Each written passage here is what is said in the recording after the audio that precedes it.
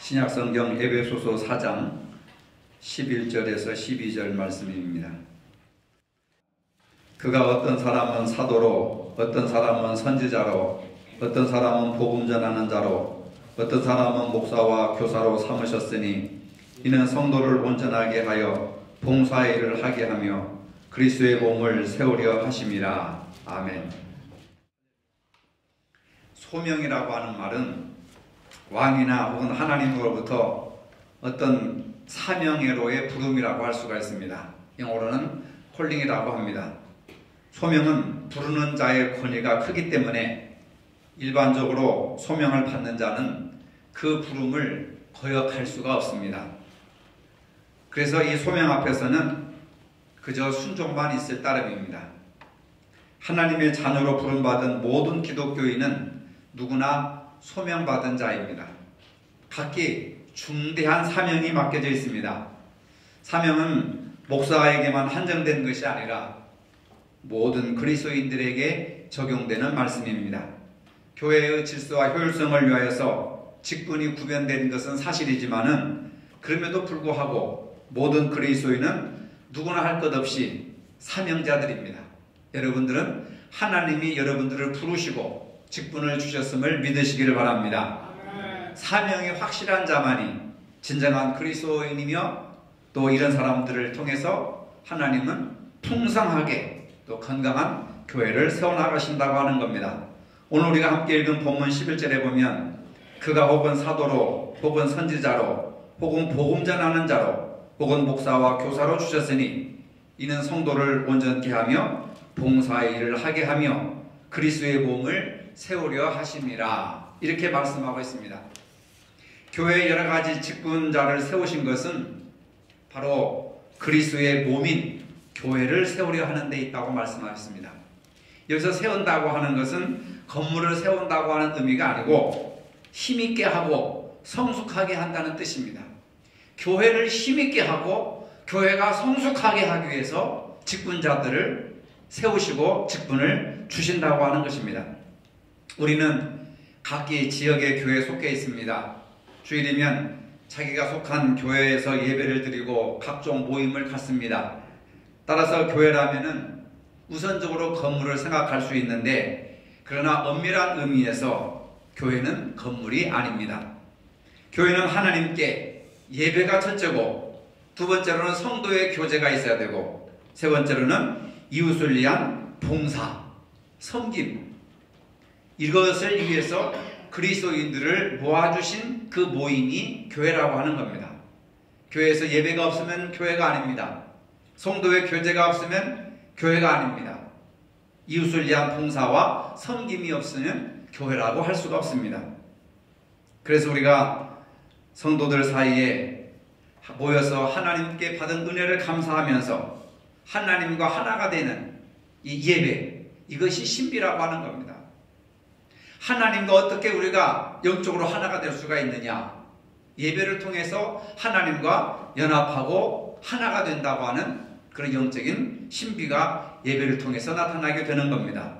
성도들 사이에 은혜의 떡을 함께 나누면서 기도함으로 서로 어려운 사람들을 돌보아주는 성도의 교제가 중요하다고 하는 겁니다.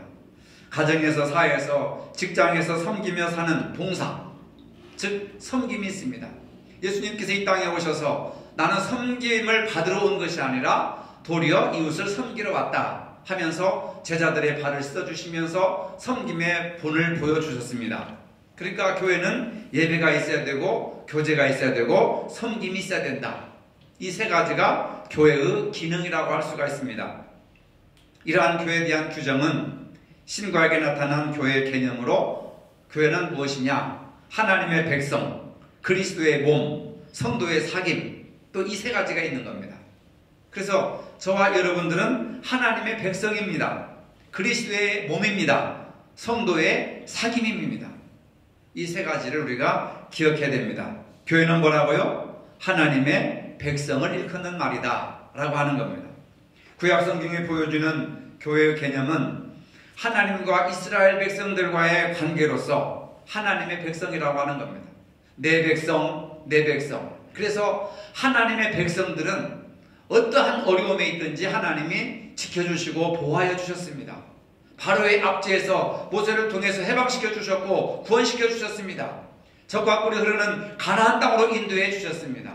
하나님은 자기 백성들을 책임지고 돌보아 주시고 지켜주신다는 것을 믿으시기를 바랍니다. 이게 구약에서의 교회의 개념이라고 한다면, 신약에서의 교회라고 하는 말은 당신의 백성을 삼으시기 위해서 우리들을 불러내셨다고 하는 겁니다.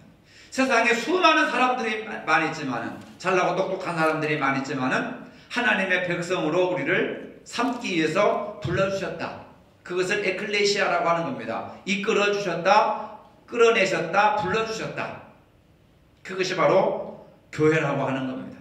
여러분, 우리는 하나님께서 하나님의 백성으로 삼아주시기 위해서 이 땅의 수많은 사람들로부터 구별하여서 선택하여서 이끌어내신 선택받은 자들임을 믿으시기를 바랍니다.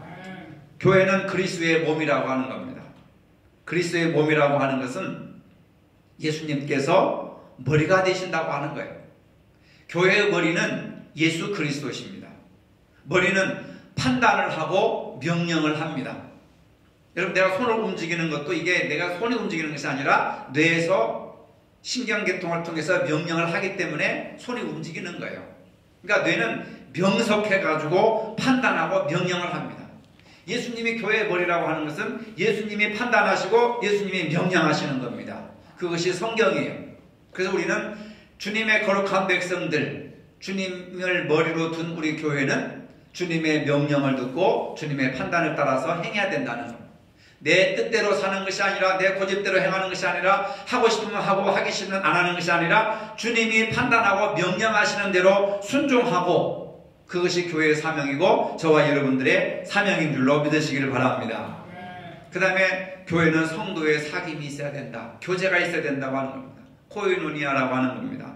교회는 예배와 성례전, 세례와 성찬식을 통해서 예수 그리스도와 친밀한 사귐을 가지고, 그래서 주님과 사귐으로 끝나는 것이 아니라 성도 상호 간에 이 사귐을 발전시켜 나가는 공동체가 교회라고 하는 겁니다. 신약 성경에 말씀하시는 사귐의 의미는 예수님으로부터 받은 은혜를 각기 함께 나누는 거예요.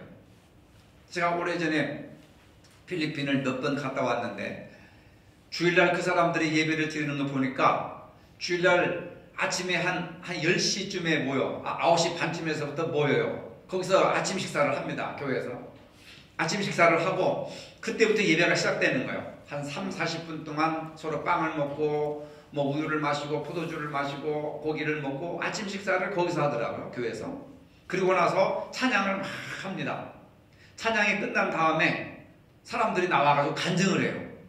나는 일주일 동안 이런 일이 있었는데 신앙으로, 기도로, 믿음으로 이겼습니다. 막 아멘 하면서 박수치고, 한 5명, 6명 정도가 목사님이 뭐 지정해주고 시킨 것이 아니라 성령의 감동을 받은 사람들이 자발적으로 나와서, 학생으로부터 청년, 할머니들까지 나와서 일주일 동안 하나님이 은혜 베풀어 주셨는데 그걸 함께 나누고 싶고 하나님께 영광을 돌린다는 거예요. 그래서 나와서 자발적으로 얘기하는 겁니다. 뭐 배가 아파서 이렇게 했는데 기도해가지고 낫고, 먹을 것이 없어서 했는데 이렇게 누가 빵을 갖다 줘서 먹고, 그냥 아무것도 아니고 사소한 이야기인데 일주일 동안 주님께서 베풀어 주신 그 은혜를 함께 나누고자 하는 거예요. 얼마나, 저는 거기서 굉장히 큰 은혜를 받았습니다. 그리고 목사님이 설교하고 예배가 끝나요. 그래서 이제 빵 가지고 집에 돌아가고, 그런 거 보니까 굉장히 어떤 틀이라든지 형식이라든지 시간이라든지 이런 것을 좀 떠나서 자연스럽게, 거기는 그런 데는 오후 예배 없으니까 그냥 오전 예배로 이렇게 은혜스럽게 딱 하고 마치는 걸 보니까 예배가 굉장히 되게 활력이고 이렇게 성령이 충만한 것을 느끼는데, 예수 그리스도로부터 받은 은혜를 함께 나누는 겁니다. 가져가는 것이 아니라 함께 나누는 거예요. 음식을 나누듯이, 커피를 나누듯이, 차를 함께 나눠 마시듯이 예수님으로부터 받은 은혜를 나누는 거예요. 이것이 사귐이고 교제입니다. 이 사귐과 교제도 예배 속에 들어가는 거예요. 우리는 그걸 예배 딱 끝나고 이제는 먹자 해가지고 예배 드리는 거하고 먹는 거하고 구별을 하지만은 외국의 교인들은 그것도 예배 속에 포함되는 거예요. 여러분들이 예배 끝나고 식당에서 식사를 하시고 차를 마시고 설거지도 하는 것도 예배의 연장이에요. 그것도 성도의 교제요 사귐이라는 것을 믿으시기를 바랍니다. 아무리 은혜스럽게 아멘 아멘 하고 식당에 가서 상처 받고 상처 주고 서로 싸우고 시기하고 질투하면 예배 끝난 거예요. 그건 예배 잘못 드리는 거예요. 예배 실패한 겁니다. 아시겠어요? 여러분, 여러분들이 교회에 들어오시는 그 순간부터 예배가 시작되는 것이고 여러분들이 집으로 가시는 그때까지 예배가 끝나지 않은 거예요.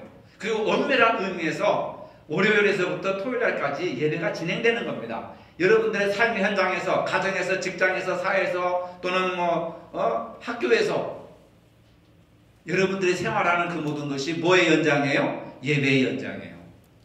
근데 우리는 아이고 예배 빨리 끝내요. 한 20분 끝나고 우리 놀러 갑시다. 놀러 가는 것도 예배의 연장이라니까. 왜? 어떤 의미에서 성도의 사귐과 교제도 예배의 한 형태라. 아시겠습니까? 교회라고 하는 틀을 건물 안에 갖추지 마시고 온 우주가 하나님의 몸이고 그리스도의 몸이고 그리스도의 교회고 여러분들이 가는 곳마다 교회가 이루어지고 교회가 세워지는 것이고 여러분들이 그리스도의 머리고 그리스도의 몸이고 하나님 나라의 백성인 줄로 믿으시기를 바랍니다. 이러한 교회관을 가지고 있는 우리가 어떻게 해야 좋은 교회를 세워나갈 수 있는가? 가족의식을 가져야 됩니다. 따라해보세요. 가족의식. 네, 가족이라고 하는 말이에요.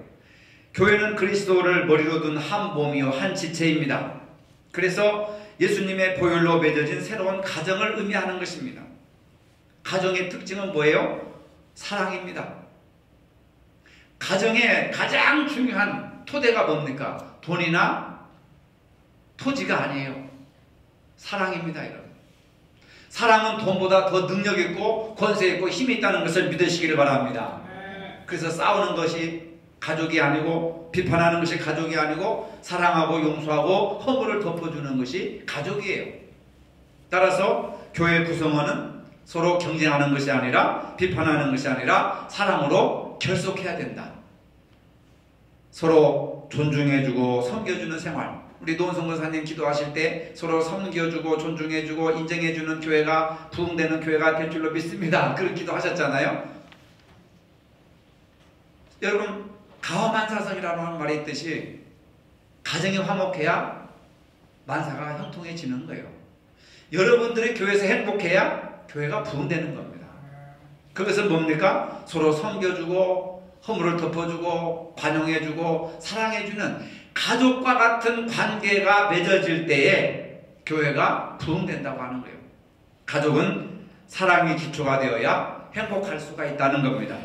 그 다음에 교회는 가족관계 또 지체의식을 가져야 된다. 지체의식이라고 하는 것은 고린도전서 12장 12절로 31절에 바울이 자세하게 설명했습니다. 만일 발이 이르기를 나는 손이 아니니 몸에 붙지 아니하였다고 할 수 없다는 겁니다.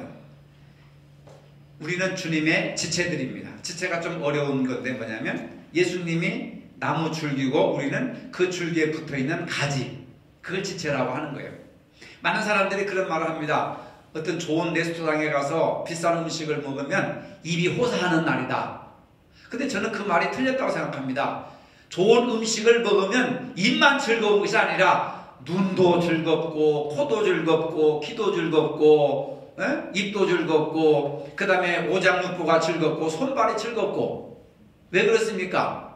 내가 이 맛있는 음식을 먹으면 입만 호강하는 것이 아니라 내 육체가 좋아지니까 건강해지니까 머리끝에서 발끝까지 전부 호사를 누리는 거예요. 왜 그렇습니까? 서로 연결되어 있기 때문에. 이걸 지체의식이라고 하는 거예요. 그러니까 맛있는 음식을 잡수시면서 입이 호사를 누린다 그런 말 하면은 10분의 1밖에 안 맞는 거예요. 내 몸 전체가 호사를 누리는 거예요. 그렇죠? 기분도 즐겁잖아요, 여러분. 기분이 좋지 않습니까? 왜 그래요? 모든 게 다 내 몸이 서로 연결되어 있기 때문에 그래요. 이게 지체의식이라고 하는 겁니다. 서로 연결되어 있다. 여러분들과 우리 성도들은 예수 그리스도 안에서 하나님 안에서 서로 이렇게 코가 되고 귀가 되고 입이 되고 또 혀가 되고 뭐 손발이 되고 전부 기능은 다르지만 전부 몸을 위해서 필요한 것처럼 여러분과 저에게 주어진 직분은 다르지만 주 예수 그리스도의 몸된 교회를 위해서 이런 사명을 주신 줄로 믿으시기를 바랍니다. 그래서 우리는 예수 그리스도의 몸으로 구성되어 있기 때문에 송 집사님이 아프시면 마음이 아픈 거예요. 그렇죠? 그래서 여러분 기도하시잖아요.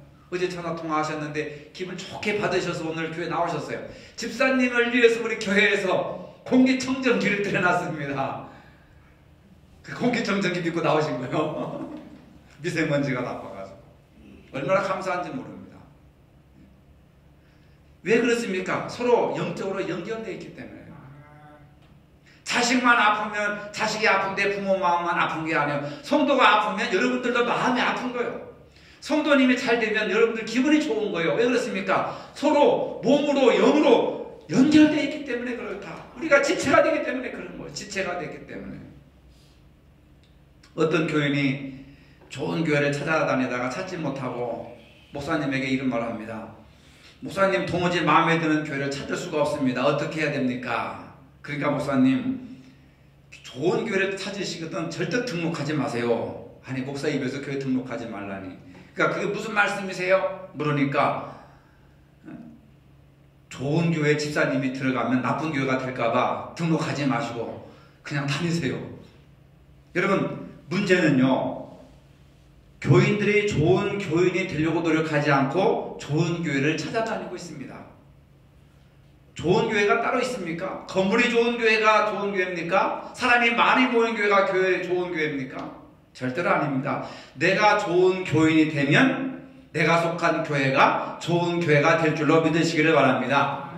좋은 성도가 모인 교회가 좋은 교회입니다. 해봅시다. 시작. 좋은 성도가 모인 교회가 좋은 교회입니다. 믿습니까? 그러니까 여러분, 좋은 교회를 위해서 기도하지 말고 좋은 교인이 되기를 위해서 내가 먼저 좋은 교인, 내가 먼저 좋은 교인, 내가 먼저 훌륭한 교인, 내가 먼저 순종하는 교인, 여러분들에서 기도하면 그 여러분들이 모인 교회가 좋은 교회가 된단 말이에요. 그러니까 좋은 교회를 찾아 나서지 마시고 내가 좋은 성도가 되면 된다, 내가 좋은 교인이 되면 된다 그러는 거죠. 좋은 가정이 어디 있습니까? 아빠, 엄마, 자식들이 좋은 가족이 되면 좋은 가정이 되는 거죠.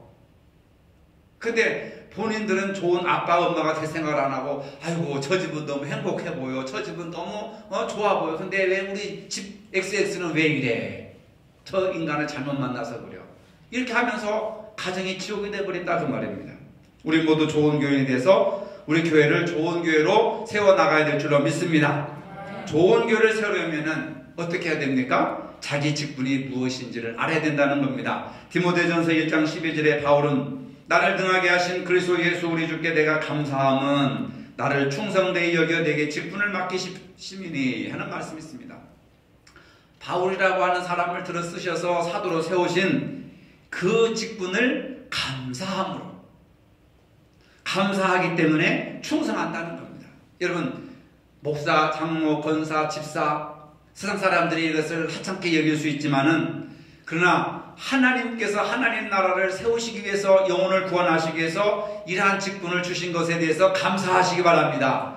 여러분에게 주어진 직분을 감사할 때에 충성할 수가 있는 거예요.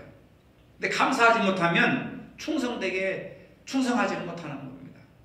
누가 알아주기나 하나, 욕만 대바가지로 얻어먹지. 세상 사람들이 생각할 때 집사가 권사가 뭔지 모르는데 세상에서 명예가 있습니까? 권세가 있습니까? 교회 직분은 잘해야 본전이고 못하면 욕을 얻어먹는 건데, 그러나 그런 거 무서워서 직분을 감당하지 못하면 안 되는 거예요. 하나님께서 나에게 직분을 주셨으니 감사함으로 받고 감사함으로 받으니 최선을 다해서 충성할 수밖에 없다. 이것이 바로 바울의 사명입니다.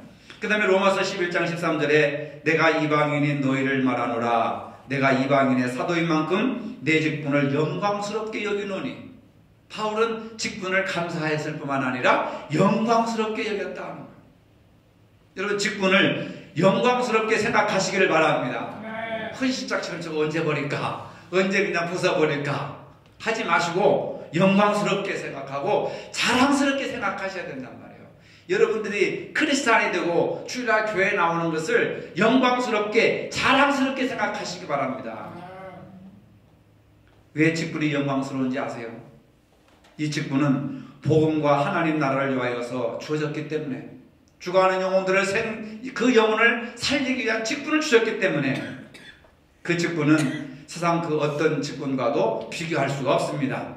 이 직분은 세상에서 얻을 수 없고 사람이 주는 것이 아닙니다. 하나님께서 몸된 교회를 통하여서 주시는 줄로 믿으시기를 바랍니다. 직분을 가볍게 여겨서는 안 됩니다. 출세하는 것을 영광스럽게 생각하면서 교회의 직분을 대수롭지 않게 여기는 경우가 가끔 있습니다. 직분을 가볍게 여긴 대표적인 사람이 구약의 엘리 제사장입니다. 그리고 그 아들들입니다. 그들은 하나님이 주신 제사장 직분을 가볍게 여겼습니다. 성전에서 별의별 부정한 짓들을 다 했습니다. 하나님께서 이것을 멸시하셨습니다. 이때 사무엘을 통하여서 경고의 말씀을 주십니다. 사무엘상 2장 30절에 보니까 내가 전에 내 집과 내 조상의 집이 내 앞에 영영히 행하리라 하였으나 이제 나 여호와가 말하노니 결단코 그렇게 아니하리라. 나를 존중히 여기는 자를 내가 존중히 여기고 나를 멸시하는 자를 내가 경멸히 여기리라. 하나님께서 주신 직분을 귀하게 여기는 사람은 하나님이 귀하게 여겨주시지만 그 직분을 가볍게 여기는 자는 하나님께서 그를 가볍게 하시리라. 직분을 가벼이 여기고 직분에 성실하지 않았던 엘리 제사장 일가가 패가 망신하고 그 자식들이 즉사하는 비극을 초래하게 되었습니다. 그런가 하면 다윗은 하나님이 주신 직분을 소중히 여긴 사람입니다. 사울이 아무리 자기를 죽이려고 해도 다윗은 결코 사울을 해치지 않았습니다. 사울을 죽일 수 있는 기회가 와도 절대로 손을 대지 않았습니다. 왜? 하나님께서 기름 부어주신 왕인데, 하나님께서 기름 부으신 선택된 종인데 나를 묘하고 나를 죽이려고 해도 내가 어찌 그를 죽일 수가 있겠느냐.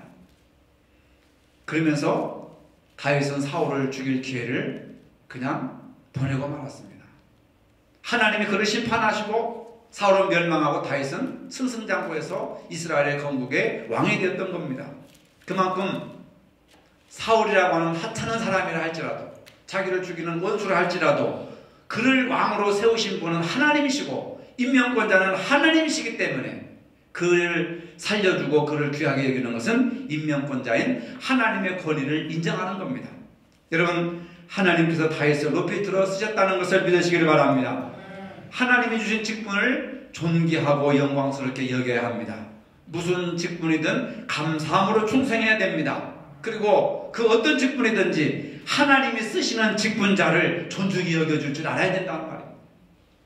교회 안에서 서로 직분자들에게 존중히 여겨주고 서로의 직분을 인정해주고 서로 섬겨주고 사랑해주고 하는 그런 마음, 함부로 남을 판단하거나 가벼이 대하면 안 된다는 겁니다. 왜? 그 집사라고 하는 직분까지도 하나님이 임명을 해주셨기 때문에 그 집사님을 존중히 여기는 것은 임명권자인 하나님을 존중히 여기는 거예요. 그것이 복받는 비결인 줄로 믿으시기를 바랍니다. 다음으로 생각할 것은 직분은 우리를 능력 있게 하는 겁니다. 디모데전서 1장 12절 나를 능하게 하신 그리스도 예수 우리 주께 내가 감사함은 자기를 능력 있게 해주셨다는 겁니다. 1차, 2차, 3차 전도여행을 보면서 사람으로 할 수 없는 일이었지만 생명을 건 그런 전도여행을 은혜 가운데 잘 마쳤습니다. 죽음의 고비를 수없이 넘겼지만 그때마다 하나님께서 그를 지켜주셨습니다. 복음의 직분 때문입니다. 그래서 고린도후서 4장 8절로 9절에 우리가 사방으로 우겨싸움을 당하여도 쌓이지 아니하며 답답한 일을 당하여도 낙심하지 아니하며 핍박을 받아도 버림받지 아니하며 거꾸로 뜨림을 당하여도 망하지 아니한다. 여러분, 직분을 충성되게 잘 감당하면 어떠한 어려움 속에서도 하나님은 여러분들을 지켜주실 줄로 믿으시기를 바랍니다. 생명과 건강을 지켜주실 줄로 믿으시길 바랍니다.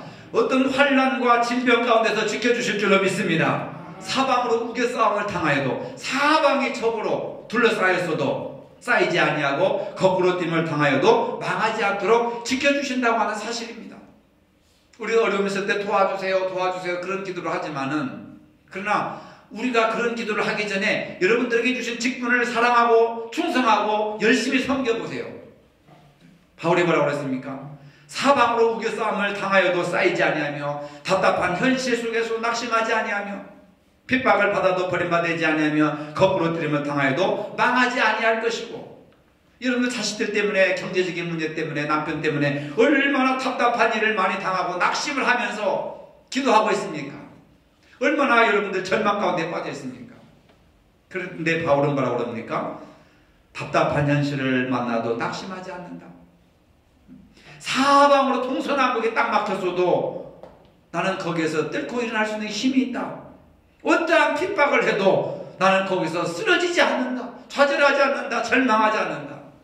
얼마나 위대한 믿음의 승전가입니까? 이것이 어디에서부터 나와요? 직분에서부터 나온다는 거예요. 충성된 사명을 잘 감당하는 데서부터 하나님께서 여러분들의 출입을 지켜주시고, 동서남북에 막혀있다 하더라도 하늘은 열려있기 때문에 하나님이 구원해 주실 줄로 믿으시기를 바랍니다. 직분이라고 하는 것이 이렇게, 베드로는 초대교회 위대한 직분자로 세우셨습니다.